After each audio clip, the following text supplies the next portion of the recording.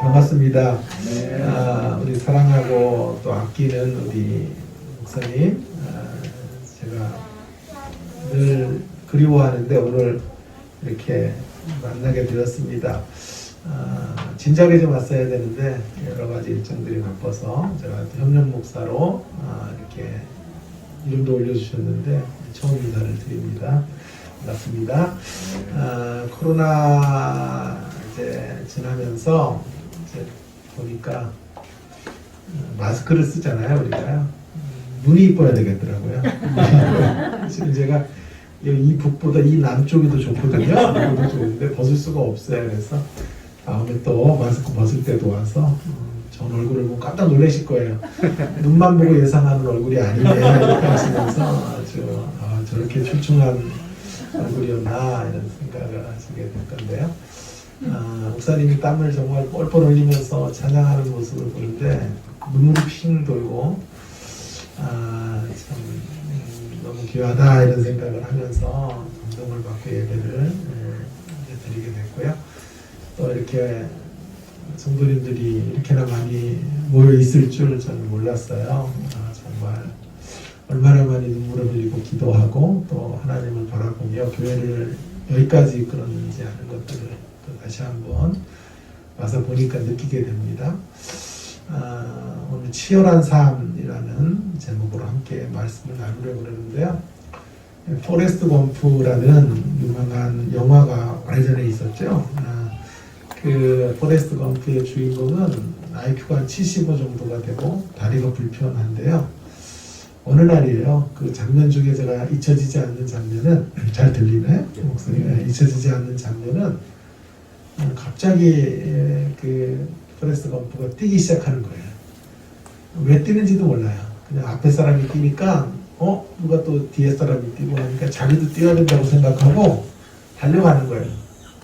하루 종일 뛰고 일주일을 뛰고 한 달을 뛰고 계속 뛰는 거예요. 그 모습을 보면서 이게 현대인의 모습이 아닌가. 광란의 질주를 하는 거죠. 왜 달려가야 되는지도 몰라요. 왜 그렇게 바빠야 되는지도 모르는데 가만히 있으면 뒤처지는 것이 되고 누군가가 더 앞서 달려가니까 나도 막 달려가야 된다는 강박증을 가지고 분주하게 바쁜 일상들을 따라 살아가는 거죠. 차 운전을 하다 보면요 그런 경우가 많아요. 조금 일찍 가려고 조금 앞자리에서 이제 나아가려고 크락션을 올리기도 하고 그래서 저축하는 시간이 한 1분 정도 2분 정도 될 텐데 그렇게 일찍 가서 뭐 하냐 하면 TV 보고 종일 밤새도록 소파에 누워있고 그러지 않아요? 그러니까 우리가 이렇게 어떤 목적도 잘 알지 못한 채 달리고 또 달리고 달려야 된다는 강박증을 갖고 있는 것 같아요. 제가 좋아하는 성경은 시편 127편인데요. 여호와께서 집을 세우지 아니하시면 세우는 자의 수고가 헛되고 여호와께서 성을 지키지 아니하시면 파수꾼의 경성하며 헛소노다. 주께서 그 사랑하시는 자에게는 잠을 주시는도다. 이런 구절의 말씀인데요. 제가 그 말씀이요 너무 좋아가지고 돌에다 이렇게 조그만 돌에다가 새겨서 부탁을 했죠. 그래서 새겨서 집에 갖다 놨는데 그 말씀이 참 너무 좋은 말씀인데도 두려운 말씀이에요. 여호와께서 집을 지켜주셔야 된다는 거거든. 내가 집을 지키려고 하면 안 되고 내가 내 인생의 길을 내가 이끌어갈 수 없다는 거잖아요. 그래서 너무 두려워서요 항상 그걸 뒤로 돌려놓고 있어요 제가. 그래서 앞으로 잘 돌려놓지를 못하고 그 말씀 앞에 이렇게 서기가 참 두려운 말씀인데요. 여호와가 주어가 돼야 된다는 거거든요. 주어가 되지 않는 삶, 그런 삶은 그 구절의 포인트는 여호와께서 사랑하시는 자에게 잠을 준다 그래가지고 또 잠을 8시간씩 자고 10시간씩 자는 거 자랑하고 이런 인간들이 있다고요? 절대 그런 얘기가 아니고요. 여호와가 주어가 된 삶, 하나님이 주인 된 삶은 안식을 누린다는 거예요. 안식을 누리고 평안 속에서 인생을 살아가게 된다라는 이야기가 되겠는데요. 오늘 제가 좀 다루려고 하는 주제는 분주한 삶이 아니고 바쁘고 경쟁 속에 그렇게 시간을 막 쪼개서 살아가는 삶을 얘기하는 게 아니라 치열한 삶. 제가 강조하려는 건 치열한 삶이에요. 치열하다는 건 뭐냐면 성경이 말하는 치열한 삶은 목적의식이 있는, 목적이 분명히 정해져 있는 채로 열심을 다해서 살아가는 삶을 치열한 삶이다, 이렇게 말하는 것입니다. 오늘 본문에 바로 그 치열한 삶을 살았던 한 사람이 소개되어져 있습니다. 치열한 삶의 본보기 같은 한 인물이 소개가 되어져 있는데요. 빌립이라고 하는 한 사람이에요. 흔히 빌립 집사님이라고 말하는데, 아직까지 집사의 제도가 이 사도행전 8장에서는 아직 없었기 때문에 집사라고 부르기보다는 그냥 평신도 지도자라고 생각하면 좋을 것 같은데요. 교회 안에 이제 교회가 막 부흥하고 성장해 가는 과정에서 교회 안에 여러 가지 갈등들이 생기게 됐죠. 그 갈등 중에 하나가 헬라파 유대인들과 구제에서 빠진 거예요. 그러니까 주로 아마 초대교회가 두 그룹으로 되어 있는데, 하나는 토백이들이 있어요. 토백이들은 이제 히브리파 유대인들이라고 그러죠. 거기서 태어나서 팔레스틴 지역에서 한 번도 밖으로 나가지 않은 토백이들이 있고, 외부에서 유입된 사람들 헬라파 유대인들인데, 이분들은 명절 때 이제 찾아왔다가 오순절 성령을 경험하고 거기 정착하게 된 사람들이에요. 그들은 흩어진 유대인들, 디아스포라라 그래가지고 유대인 부모님을 뒀지만 외국에 살다가 명절 때 와서 의뢰받고 거기서 교회 안에 정착하게 된 사람들. 그러니 당연히 서로 풍습도 다를 것이고 삶의 모습도 다르겠죠. 그래서 아마도 대세는 히브리파 유대인들이 힘이 셌던 것 같아요. 그래서 구제할 돈들이 생기면 히브리파 사람들에게 많이 갔지 헬라파 사람들에게 안 간 거예요. 그게 분쟁의 씨앗이 돼서 교회가 갈라질 위기가 생기니까 이제 히브리파 유대인들의 대표는 사도들이에요. 사도들은 대부분 다 히브리파 사람들이거든요. 그런데 그 사도들이 헬라파 지도자들을 뽑은 거죠. 7명의 사람들을 뽑아가지고 그 중에 한 사람이 유명한 사람 누구예요? 스데반이라는 사람. 또 한 사람이 빌립인데 7명의 헬라파 지도자들에게 이 봉사의 일을 다 맡긴 거예요. 이 구제하는 일에 대한 정책을 니들이 세워서 차별이 없도록 문제를 바로잡게 했던 일들이 발생하게 됐죠. 그 일이 벌어졌는데 그 핵심 멤버 중에 하나가 빌립이라고 하는 사람인데요. 자, 그 빌립이라고 하는 사람이 이제 가는 거죠. 오늘 본문에 보면 그 빌립이라는 사람이 하나님을 향해 치열하게 삶을 살아가는 그런 모습을 오늘 본문에서 우리는 확인할 수가 있게 되는데요. 이 모습을 통해서 한 두 가지 교훈을 잠깐 생각해 보려고 해요. 하나는요, 첫째 교훈은 이것인데요. 치열한 삶이라고 하는 것은 누구도 예외 없이 가야 한다. 치열한 삶은 누구도 예외가 없어야 된다. 하나님 앞에서 어떤 사람도 예외일 수 없다라고 하는 것을 먼저 분명히 강조하고 싶은데요. 1절과 4절의 말씀을 한번 잘 들여다보시면 그런 이야기들을 잘 확인해 갈 수가 있겠는데요. 사도행전 8장 1절을 한번 보면요. 사울이 그가 죽임을 당함을 마땅히 여기더라. 그날에 예루살렘에 있는 교회에 큰 박해가 있어. 사도 외에는 다 유다와 사마리아 모든 땅으로 흩어집니다. 4절도 보시면 그 흩어진 사람들이 두루 다니며 복음의 말씀을 전할세.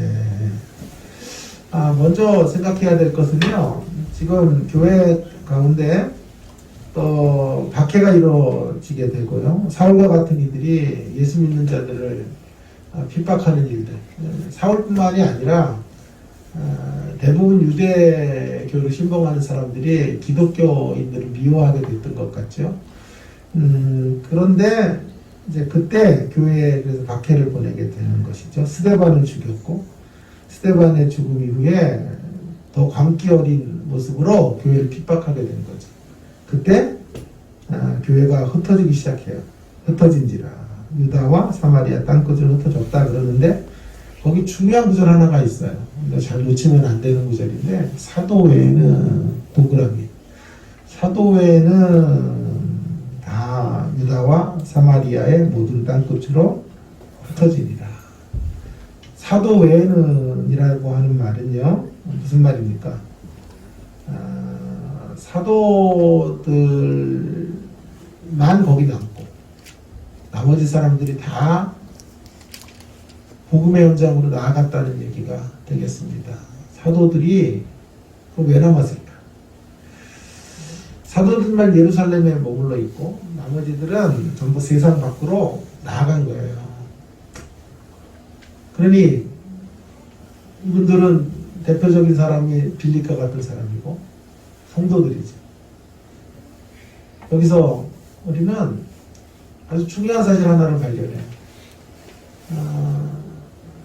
누구도 예외 없이 하나님을 향해 치열해야 된다는 거예요. 사도들만 치열하게 사는 게 아니에요. 목사들만 치열하게 사는 게 아니에요. 복음을 위하여 우리 치열하게 살아갈 책임이 우리 모두에게 부여되어져 있다. 사도회는 다 흩어져야 되는 거죠. 자, 그렇다면 사도들은 왜 거기 남았을까요? 두 가지 생각을 해봐야 돼요. 하나는 좀 이 구절을 긍정적으로 볼 수도 있고 부정적으로도 볼 수 있을 것 같은데, 먼저 부정적으로 본다면, 긍정적으로부터 한번 보자. 긍정적으로 보면요, 주로 박해의 대상자들은 헬라파 유대인들이 박해를 받아요. 헬라파 유대인들이 조금 자유로운 생각들을 하고 있었기 때문에 훨씬 더 파격적인 어떤 복음의 이해를 갖고 있어서 더 갈등이 심했던 것 같아요. 그래서 헬라파 유대인들이 이제 흩어지게 된 거고, 히브리파 유대인들, 사도들은 다 히브리파 유대인들이니까 거기 남아 있었을 것이다. 이런 생각을 할 수가 있고요. 그렇다면 또 부정적인 생각을 말해본다면, 자, 편안한 자리에는 사도들이 있었고 힘들고 어려운 복음의 현장에는 나머지 평신도 성도들이 나갔다, 이런 얘기가 되는 거예요. 그러나 이것도 긍정적으로 좀, 그리고 왜 그러면 이 사도들은 왜 못 나갔을까요? 편견 때문에. 히브리파 유대인들이 가지고 있는 편견이 있는데요. 그런 거 어떻게 할 수 있어요? 예, 사도행전 10장에 가시면 히브리파 유대인의 대표가 베드로죠. 근데 베드로가 고넬료에게 못 나가잖아요. 편견 때문에. 하늘 부자기가 내려와서 잡아먹으라 그러는데 3번이나 분부하시는데 못 잡아먹죠. 네? 3번. 베드로가 제일 싫어하는 음식은 삼계탕이에요. 유머예요. 다불기 전에 3번 나를 부인하리라. 그래서 삼계탕 제일 싫어하고, 제일 싫어하는 숫자는 3이에요. 3. 그래서 3번이나 잡아먹으라 그래도 안 잡아먹었잖아요. 그만큼 편견이 심했던. 베드로가 이 정도라면 사도들이 갖고 있는 이방인들에 대한 편견, 이런 편견이 얼마나 심했는지 우리 알 수 있을 거란 말이에요. 그래서 못 나갔을 거예요. 그런 건 되게 사도들을 부정적으로 보는 거고, 긍정적으로 보려는 사람들은 또 이렇게 말할 수 있어요. 그 핍박이 딱 선별해서 헬라파 사람들에게만 핍박이 있었겠냐. 기독교인들 전체에게 핍박이 있었다고 하면 누군가는 교회를 지켜야 되지 않냐. 그래서 일반 성교지로 내보내고 사도들이 예루살렘 모교회를 지켰다. 이렇게 가는 거죠. 많은 분들은 이제 다 긍정적으로 보려고 그래요. 사도들인데 사도들이 그렇게 자기 편하자고 안 갔을 리 없다, 이렇게 보지만, 저는 아까도 얘기했지만 얼마든지 부정적으로도 볼 수 있다고 생각하거든요. 편견에 휩싸였던 사도들, 히브리파 유대인들이 그 편견을 깨기가 힘들다. 성숙이란 뭐냐 하면요, 편견을 깨는 게 성숙이에요. 어떤 사람을 향해 갖는 편견, 어떤 사물에 대해서 갖는 편견들을 깨는 거거든요. 이런 거잖아요. 눈이 작은 사람은 독하다 뭐 이런 거 이런 편견들 왜 그런 편견들을 가지고 안경 쓸게요. 자, 편견들을 왜 가지고 사는지 오늘 흑인은 뭐 범죄에만 노출된다. 이런 건 편견이거든. 우리가 갖고 있는 어떤 편견, 어떤 고향 사람은 어떻다라는 것은 우리가 가지고 있는 편견이거든요. 그런 편견들은 공동체를 이루는데 암초 같은 역할을 한다고요. 그래서 그 편견을 넘어서는 것이 성숙이다. 헬라파 사람들은 외국에 이제 생활을 많이 했기 때문에 이방인들에게 다른 종족들에게 나아가기가 용이했는데 히브리파 사람은 한 번도 그런 경험들을 못하니까 못 나갔을 거다. 이렇게 저는 이제 보고 싶은 사람인데, 자, 어쨌든 중요한 건 이것이든 저것이든 메시지는 동일합니다. 메시지는 같은데요. 사도들이 어쨌든 선봉에 서주지 않을 때도 지금 흩어져서 선교지로 나가고 핍박 때문에 전부 자신들의 삶의 터전들을 잃어버리고 복음의 일선으로 나아가는 이 자리에 선봉이 되어줘야 될 사람들이 예루살렘에 남아있는 거예요. 자, 보면 보세요. 사도회는 다 유다와 사마리아의 모든 땅 끝으로 흩어졌어요. 사도들이 앞에 서줘야죠. 그래도 믿음이 좋다고 하는 하나님의 예수님의 부활을 경험하고 능력들을 현장에서 맛보았던 이런 강력한 강철 같은 하나님의 사람들이 선두에 서서 나를 따르라 이렇게 말해줘야 되는데 그렇게 되지 않을 때에도 나아가야 된다는 거예요. 그런 환경들이 주어지지 않은 현실에서도 빌립을 위시한 하나님의 사람들이 나아가고 있는 거죠. 유다와 사마리아로 나아가고 있는 거예요. 이 사도회는 이라는 구절이 이렇게 중요한 구절이었습니다.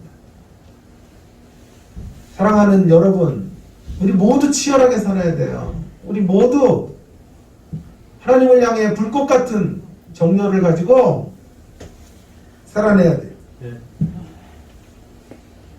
때때로 종교 지도자들이 실망을 주고 교회가 여러분에게 말할 수 없는 안타까움과 또 말할 수 없는 좌절을 안겨다 준다고 할지라도 그것과 상관없이 이가 없으면 잇몸으로라도 우리는 하나님의 일들을 감당해야 돼요. 하나님의 부르심 앞에 서야 되는 거죠. 왜냐하면 사도들이 앞자리에 서주지 않는 때에도 우리로 하여금 치열하게 살기를 명하신 분은 하나님이시기 때문에 그래요. 네? 우리를 치열한 삶으로 이끄시는 분은 하나님이지 목사가 아니에요. 어떤 리더가 아니에요. 어떤 사도가 우리에게 이렇게 살라고 해서 사는 게 아니에요. 우리가 상대할 분은 하나님이시죠.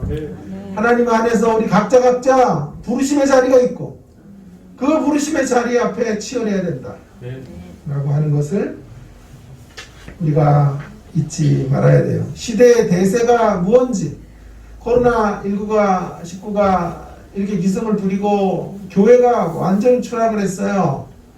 신천지 그룹보다 더 세상 속에 손가락질 대상이 되고 교회가 부끄러워요. 때때로 인터넷상이나 방송 매체에서 교회 지도자들의 부패한 모습들이 소개될 때마다 낯이 뜨거워요. 우리 시대의 대세는 교회가 손가락질 받는 거예요. 그렇다고 여러분 우리가 뒷걸음질 치면 되겠어요? 그렇다고 교회로부터 한 발을 빼는 것은 올바라요? 올바른 태도일까요? 절대 그렇지 않아요.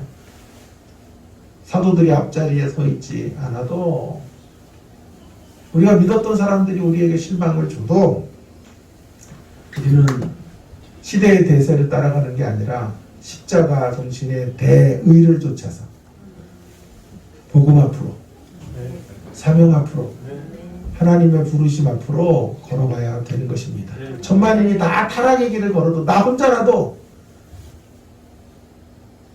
하나님의 촛불 한 자리로 들고 하나님의 은혜의 촛불 한 자로 들고 어두움을 밝히는 하나님의 사람들로 서야 되는 거예요.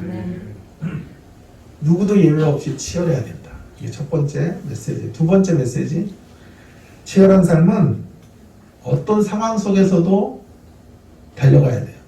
누구도 예외 없지만 어떤 상황 속에서도 달려가야 돼요. 4절을 한번 다시 보세요. 4절을 보다가 제가 막 너무너무 은혜를 격하게 받았어요. 정말 4절. 두루 다니며 복음을 전할세. 자, 보세요. 4절에 그 흩어진 사람들이 두루 다니며 복음을 전할세. 한번 상상해 보세요. 왜 흩어졌죠? 박해로 흩어진 거죠.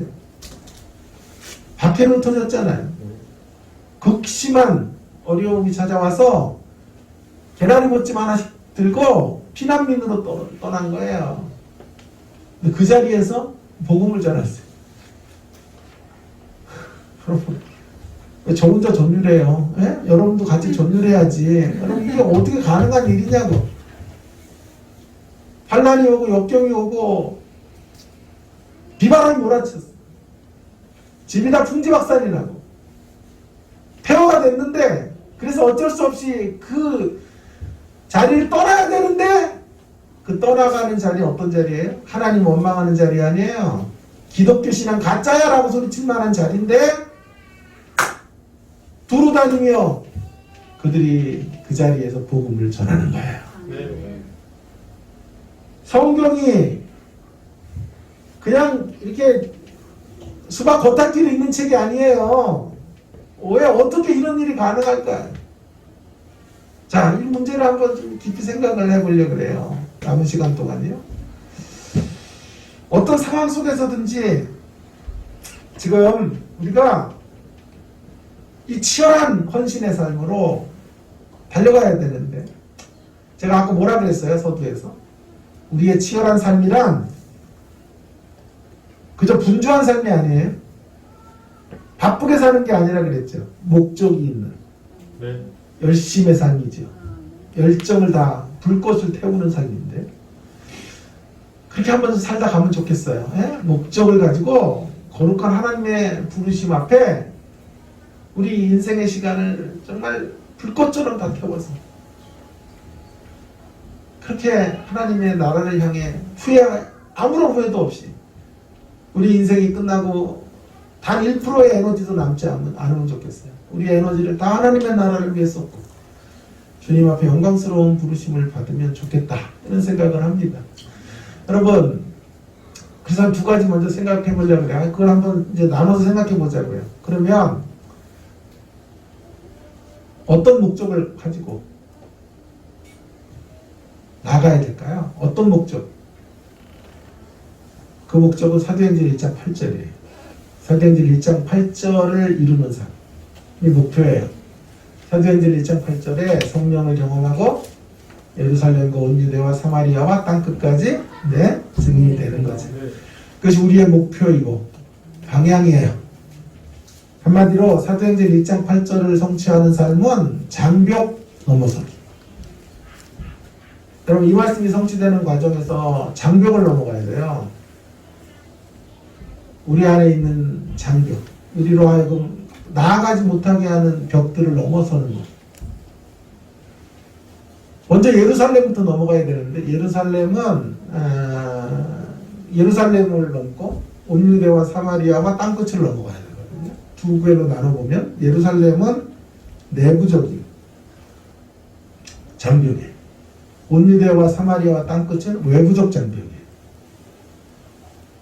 내면적인 장벽을 넘고 가까이 있는 장벽을 넘고 외부적인 장벽을 넘어가야 돼요. 조금 더 통속적인 말로 하면 왼수를 넘고 원수를 넘어야 돼요. 왼수와 원수가 좀 달라요. 네? 왼수는 가까이 있는 존재가 왼수예요.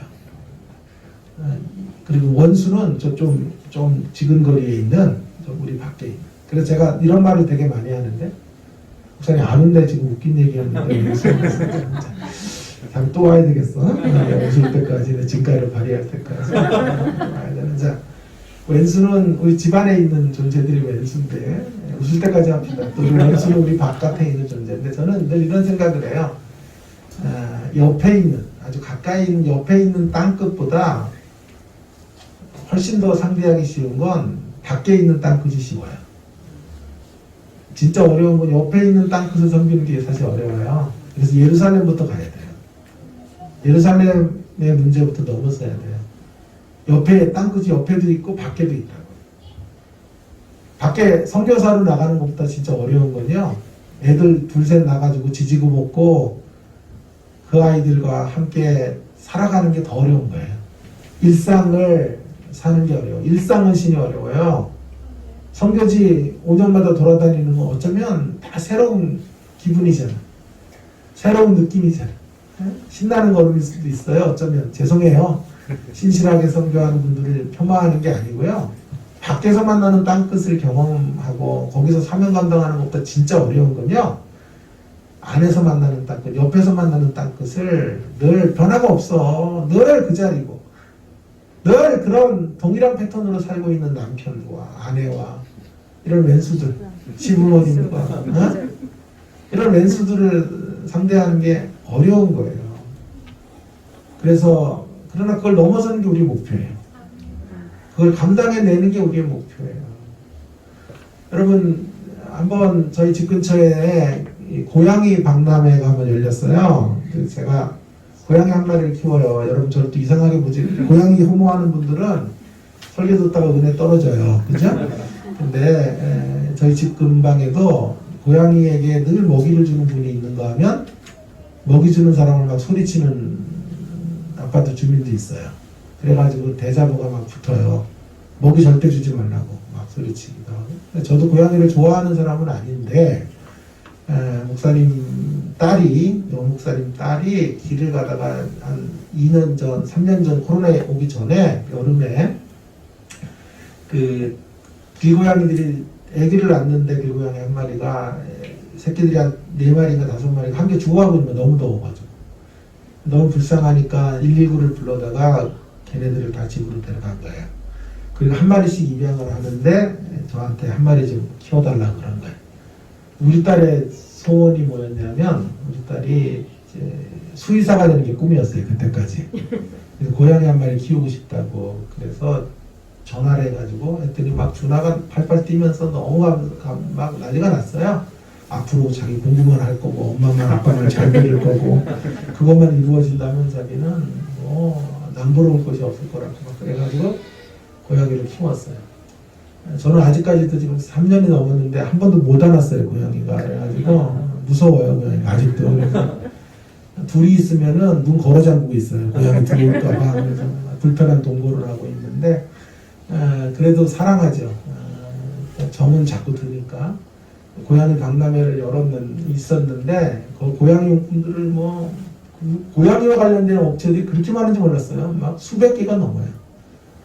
여러 가지 용품들을 만들고 하는 데인데 갔는데 집 앞에 여기 열려가지고 그냥 지나가는데 사람들이 막 나래 그려서 들어가 본 거예요. 들어가 봤더니 사전 예약을 하면 거의 무료였는데 당일 접수를 하면 8,000원씩을 입장료를 내는 거예요. 근데 와이프가 빨리 들어가서 남으로 표를 끊어오래요. 우리 준하한테 이거 보여줘야 되니까 같이 들어가게. 준하는 학원가 있었고 그래서 우리 딸이 그래서 끊으라는 거예요. 그래가지고 제가 막 방역 패스 보이고 막 비싸이를 뚫어가지고 진짜 힘들게 들어갔어요.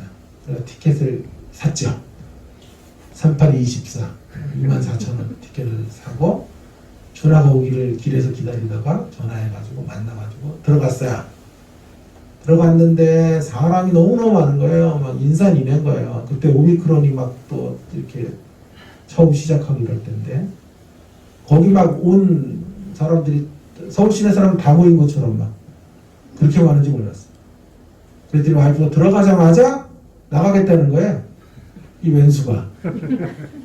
막 자기서 표 끊어오르라 그런 적이 20분 전인데 들어가더니 나가겠다는 거. 왜 그러냐 그랬더니 이렇게 많은지 몰랐대 사람이. 아니 진짜 밖에 줄 많이 섰었는데 무슨 몰랐다는 게 이게 말이 돼. 그래가지고 여보 이거 8,000원이야 8,000원 들어왔는데 5분도 안 있다 간다는 게 말이 되냐고. 둘이 보고 오래. 지금 가겠대. 그래가지고 내가 안 된다고 같이 보자 그랬더니 아 간다는데 왜 자유를 안 주냐고.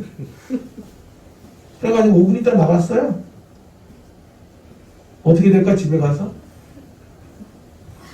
엄청 싸워야지. 8,000원짜리 끊으라고 하면 저건 언제 오고 나가는 건 뭐냐 도대체 싸워야 되는데 이 말씀이 생각이 나는 거예요. 이런 장벽도 이 왼수 넘어서야 된다. 이렇게 변덕스러워 그러면 또 싸움이 날 건데. 그리고 와이프 A병이에요. 그래가지고요 아침에 짐 좀 이렇게 책상 옮기고 저녁에 또 가구 배치야. 아침께 마음에 안 들어. 그래가지고 오후에 또 바꾸고 뭐 이러는 사람이야. 들어가자 그럴 때는 언제 또 나가겠다.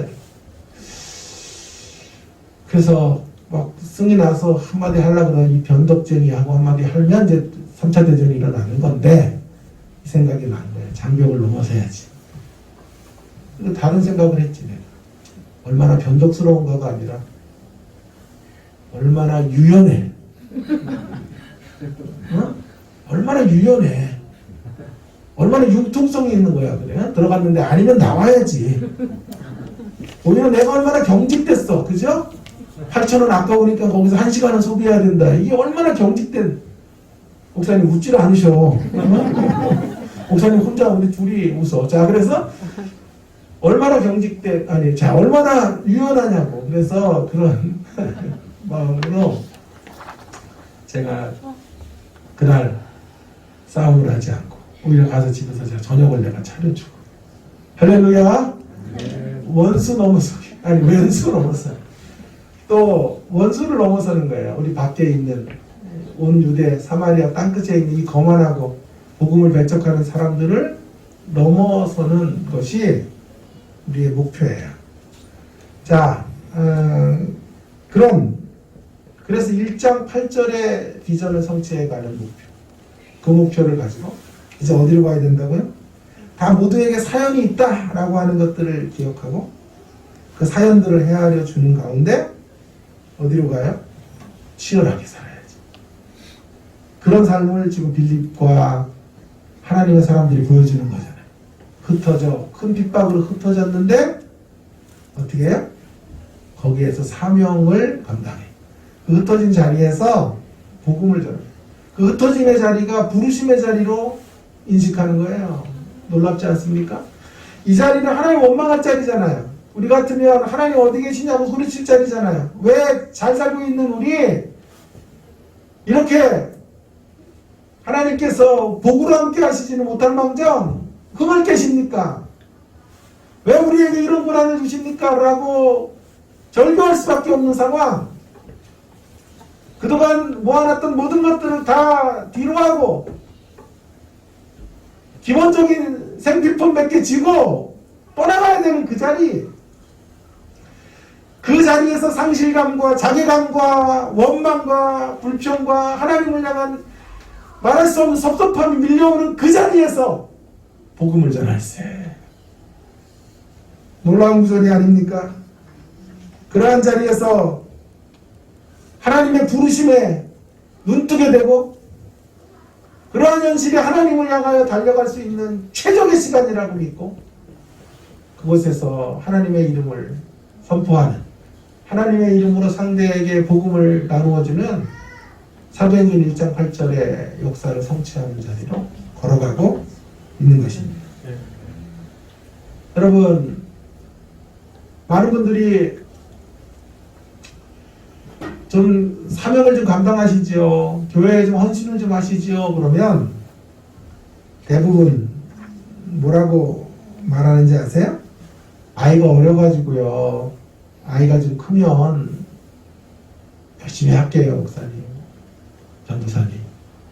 근데 아이가 언제 커요? 아이가 언제 커요? 유치원 들어가면 되나요?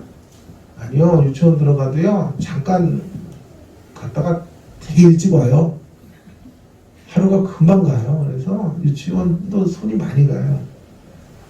중고등학교 되면 되나요? 우리 딸 입양을 했거든요. 입양을 해서, 늦게 입양을 해서. 지금 13살, 14살이 됐네요. 중2가 이제 되는데.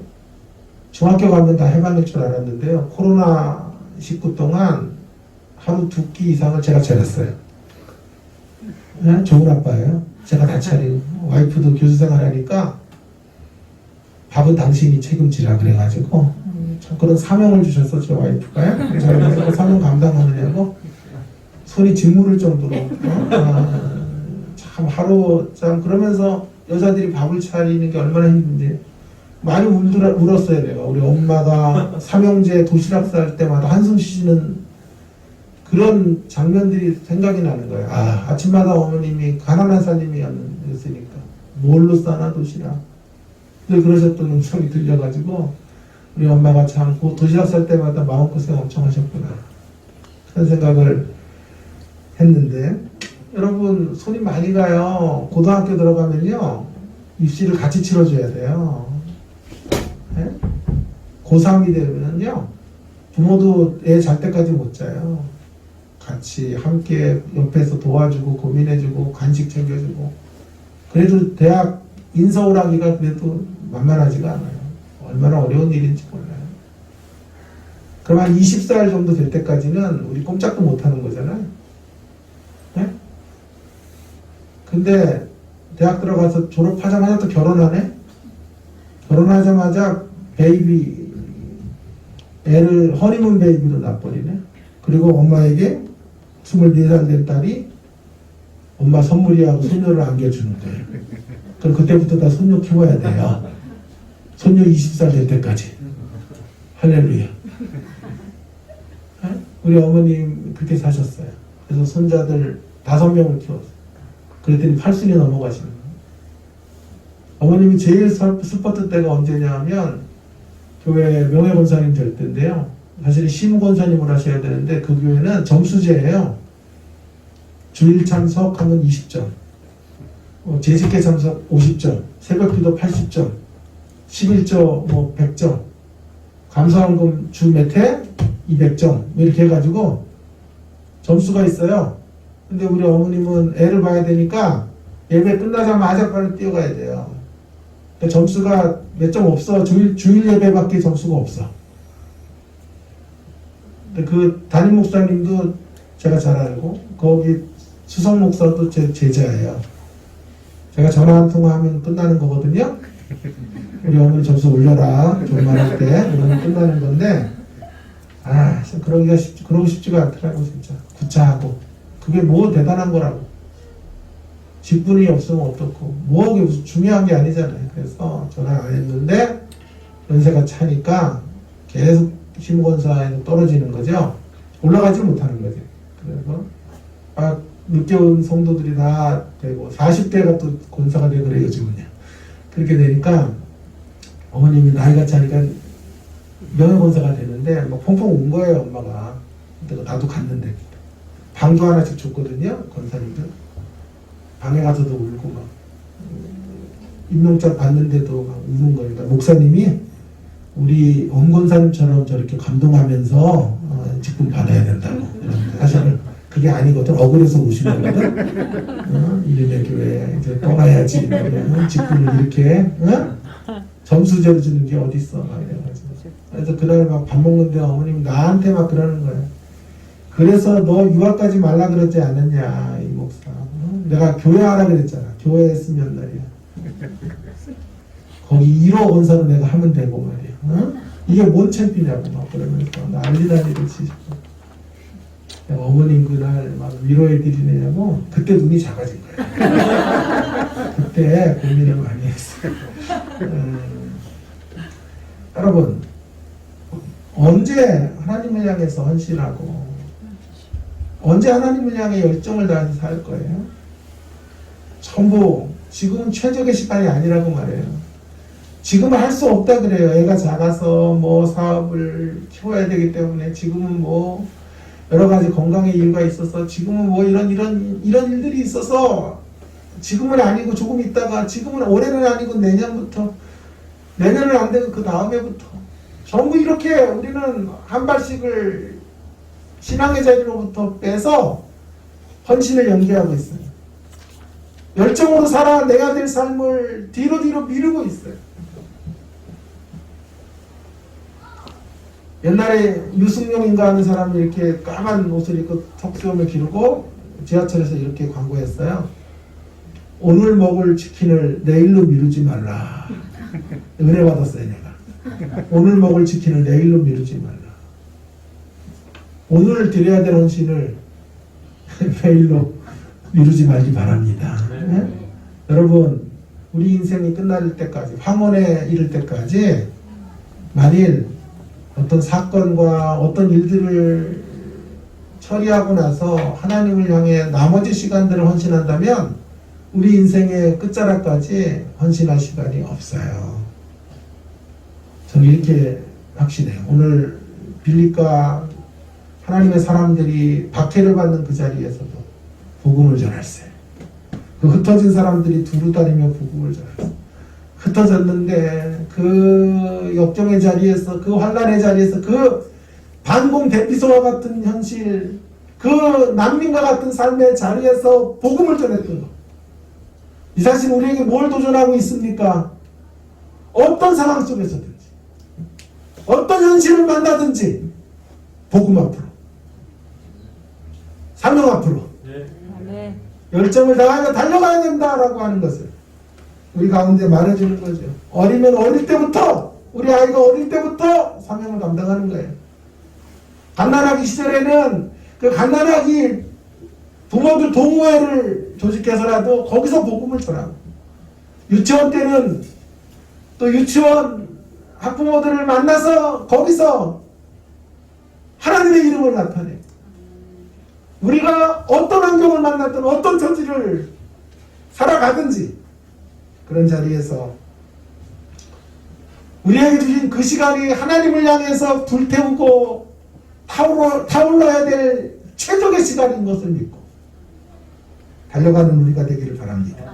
어쩌면 힘들고 어려운 때가 하나님을 향해서 살아갈 수 있는 어쩌면 가장 안성맞춤의 시간인 때인지도 몰라요.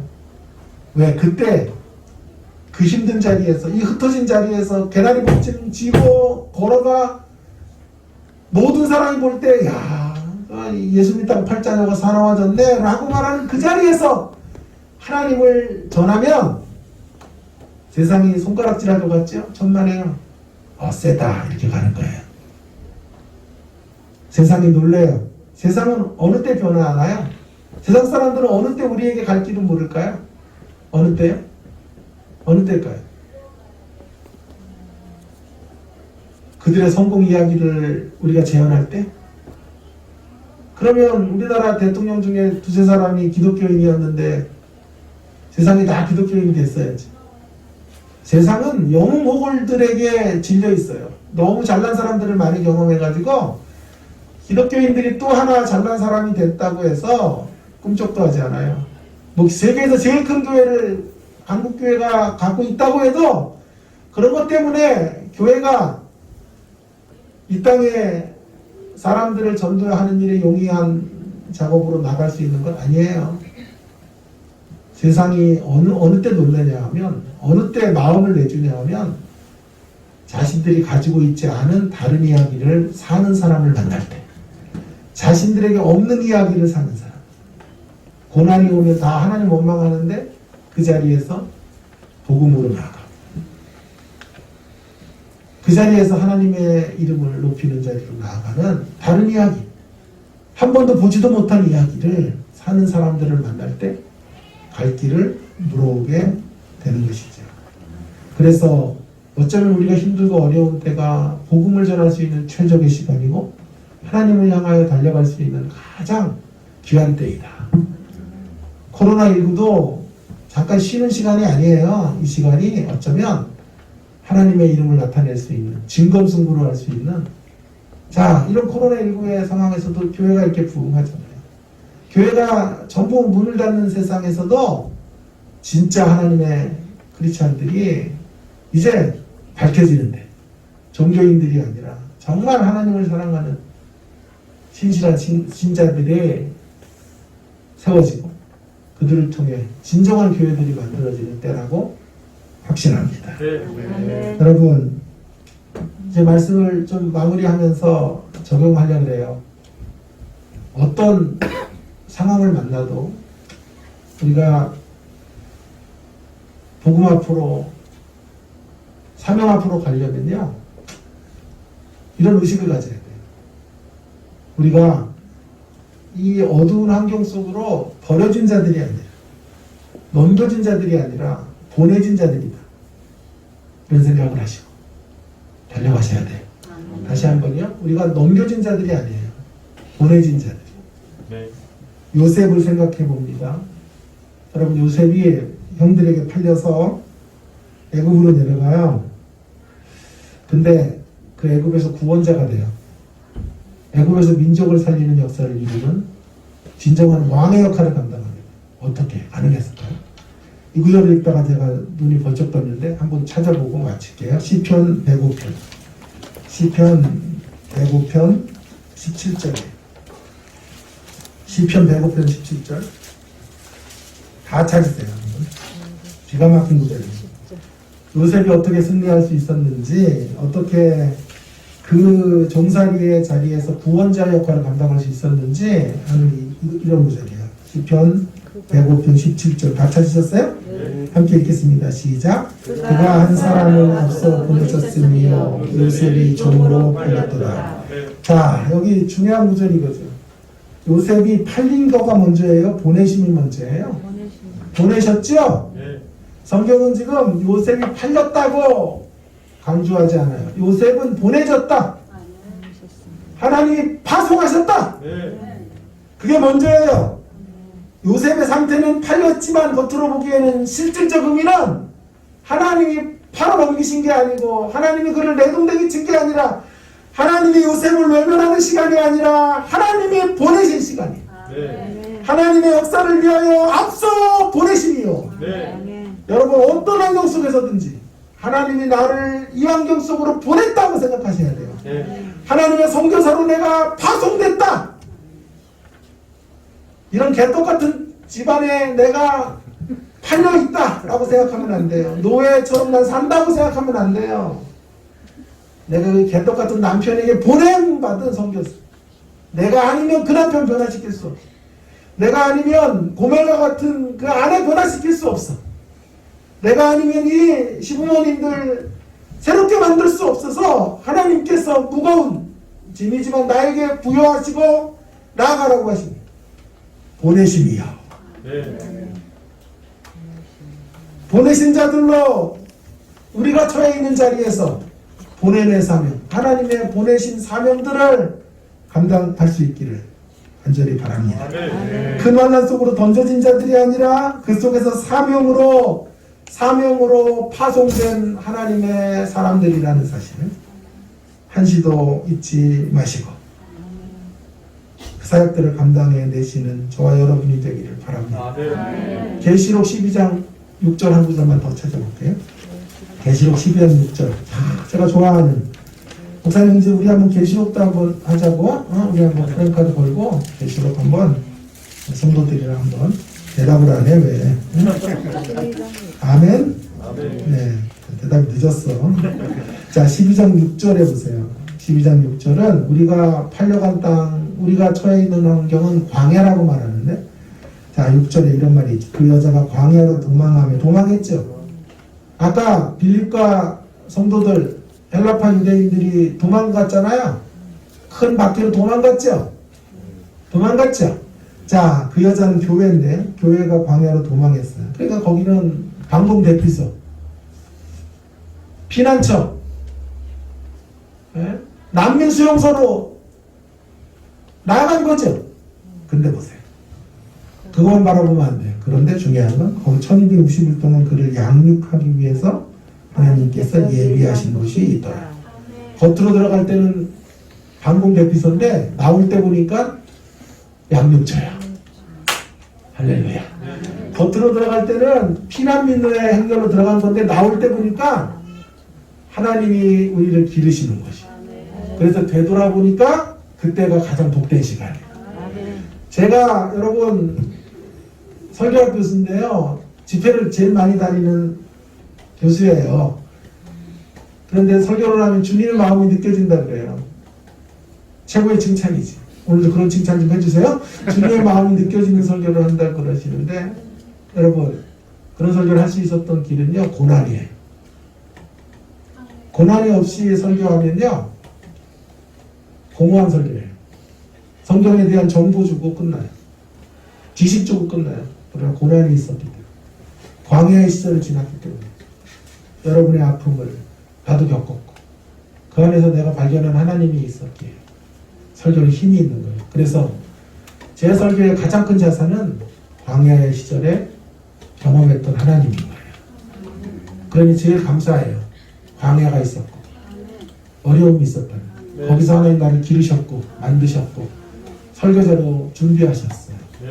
그러면 다시 광야로 갈래? 그럼 노땡큐. 그건 노땡큐. 그러나 후회는 없어요. 하나님이 이끌어오신 길, 여러분만큼 저도 녹록지 않은 인생의 길을 걸었고 수없이 많은 환난과 역경의 시간들을 살아왔지만, 지나놓고 보니까 그것은 광야만이 아니고 내가 팔려간 그런 어둠의 땅이 아니었고, 하나님이 나를 기르고 양육하고 빚으시고 설교자로 나를 준비시키는 놀라운 시간이었다 라는 것을 인정하게 되고, 그 감수성을 가지고 설교할 수 있는 자산을 갖게 된 거예요. 코로나19도요 지나고 나면 그때가 참 은혜의 때였습니다. 그때 제가 하나님과 깊은 관계를 다시 수축할 수 있었습니다. 네. 라고 고백할 수 있도록 하나님 역사해 주실 것이라고 확신해요. 네. 하나님이 이 광야에서 나를 양육하시고 있다는 것을 바라보시고 어떤 자리에서든지 치열하게 삶을 사는 우리가 되길 바랍니다. 제가 책 한 권을 들고 왔는데요. 아들아, See You in Heaven, 이동원 목사님이라고 유명한 설교자 아시죠? 들어보셨죠? 이동원 목사님.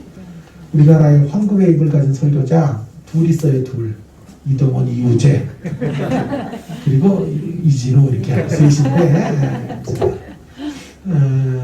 그래서 이분이 책을 줄잡아 수십 권은 넘고 100여 권대도 넘을 거예요.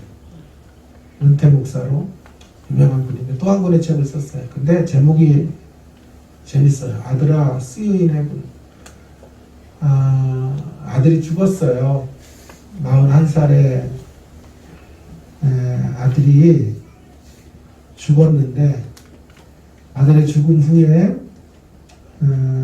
그 아들의 죽음의 이야기들을, 범이라는 아들인데, 이범이라는 집사지요. 42살에 변호사고 아주 잘 나가고 딸도 하나 있는데, 대장암 수술을 2011년인가 받고 2020년에 받고 2021년에 6개월 정도 지나서 죽었어요. 그래서 그 아들과 인사하는 책이에요. 그 아들의 죽음 앞에서 이동원 목사님과 사모님이 1년 동안 하나님을 묵상한 이야기, 그런 이야기를 쓴 거예요. 아들아, See You in Heaven. 헤븐에서 보자, 하늘에서 보자. 여기 안에 읽다가 펑펑 울었죠. 제가 여린 감수성의 소유자인 제가 이 책을 읽다가 얼마나 울었겠어요. 이동원 목사님이 가졌던 진솔한 아버지의 아픔, 하나님 앞에 소리도 지르고